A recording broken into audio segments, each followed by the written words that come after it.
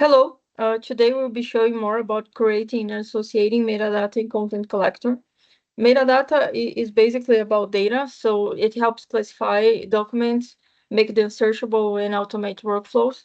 We are here in the metadata screen. To create a metadata, we will be using this button.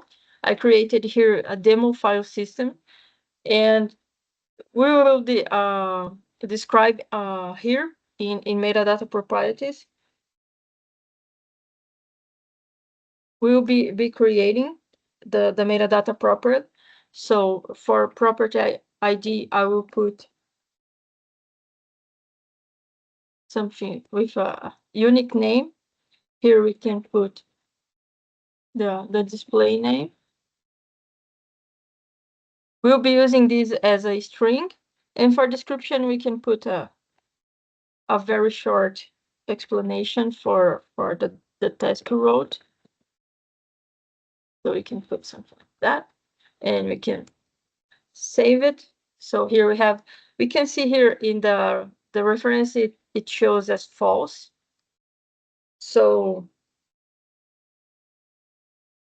the property ID is used basically internally, while the display name is what the user see.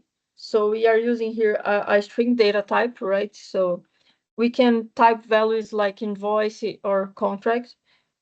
Okay, since we finish here, then we can save it, our metadata, and then we can go to the task road.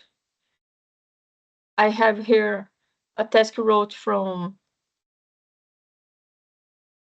file system to P8, and we have the FSC Associate Metadata.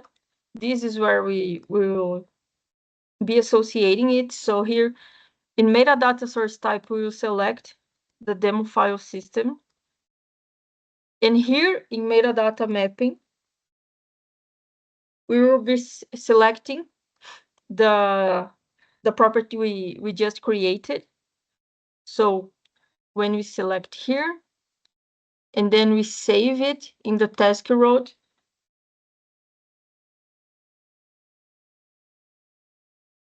so we used FSC associate metadata. So we map the display name in our property to the task road. So this ensures that the documents are evaluated and handled correctly by the workflow.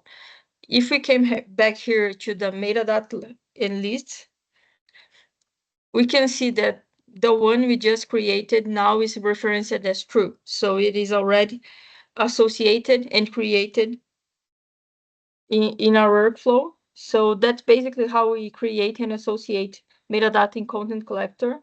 Metadata are very helpful to help organize, search, and automate document workflows with efficiency. And that's the procedure. Thank you so much.